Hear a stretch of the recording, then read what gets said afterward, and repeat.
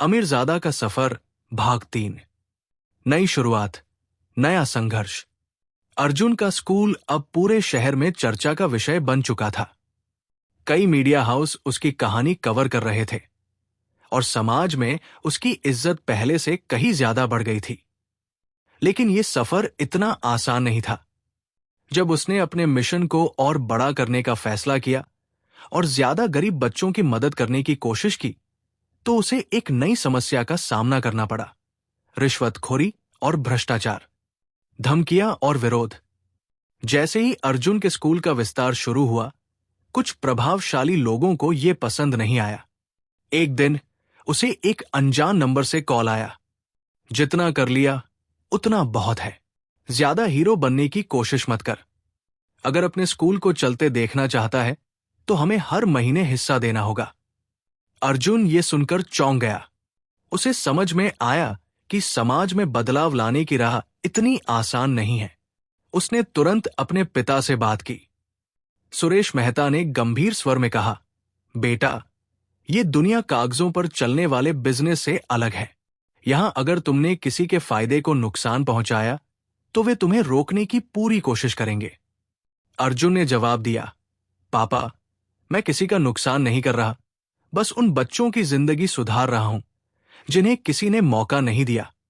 पिता ने उसकी पीठ थपथपाई और कहा, अगर तुम लड़ना चाहते हो तो मैं तुम्हारे साथ हूं। कानूनी लड़ाई की शुरुआत। अर्जुन ने तय किया कि वो इन भ्रष्ट लोगों से नहीं डरेगा। उसने अपने वकीलों से सलाह ली और सरकार से इस बारे में शिकायत दर्ज करवाई। लेकिन मामला और बिगड़ गया। एक रात जब अर्जुन अपने स्कूल में बच्चों से मिलने गया तो वहां तोड़फोड़ कर दी गई थी। दीवारों पर लिखा था, अपना खेल बंद कर वरना अंजाम बुरा होगा। हिम्मत नहीं आ रही। अर्जुन को गुस्सा आया, लेकिन उसने हार नहीं मानी। उसने पुलिस में रिपोर्ट दर्ज करवाई और सोशल मीडिया पर इस घटना के बारे में पोस्ट किया। लोगों का समर्थन बढ़ने लगा। कई बड़े नेता और समाज सेवी भी अर्जुन के पक्ष में आ गए। मीडिया में यह मुद्दा उछल गया और प्रशासन को मजबूरन दोषियों के खिलाफ कार्रवाई करनी पड़ी। सबसे बड़ा मोड़। एक दिन अर्जुन के पास वही लड़का रवि आया जिसने कभी सड़क पर पेन बेचा था। अब वो कॉलेज में पढ़ाई कर रहा था और अर्जुन के स्कूल में शिक्षक बनने की तैयारी कर रहा था। रवि ने कहा, भाई, जब तुम अकेले थे तब भी लड़े, लेकिन अब तुम अकेले नहीं हो।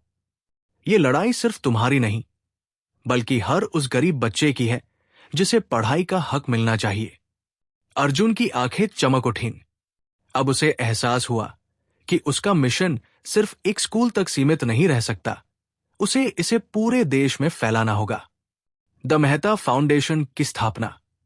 अर्जुन ने अपने पिता के बिजनेस से कुछ फंड लेकर द मेहता फाउंडेशन नामक एक ट्रस्ट खोला, जिसका उद्देश्य गरीब बच्चों को मुफ्त शिक्षा देना था। अब उसके स्कूल सिर्फ एक शहर तक सीमित नहीं रहे, बल्कि उन्होंने अन्य राज्यों में भी विस्तार करना शुरू कर दिया। अर्जुन की आखिरी सीख। कई सालों बाद अर्जुन को एक इंटरव्यू में पूछा गया, आपके पास पहले से ही इतना पैसा था, फिर भी आपने ये मुश्किल रास्ता क्यों चुना?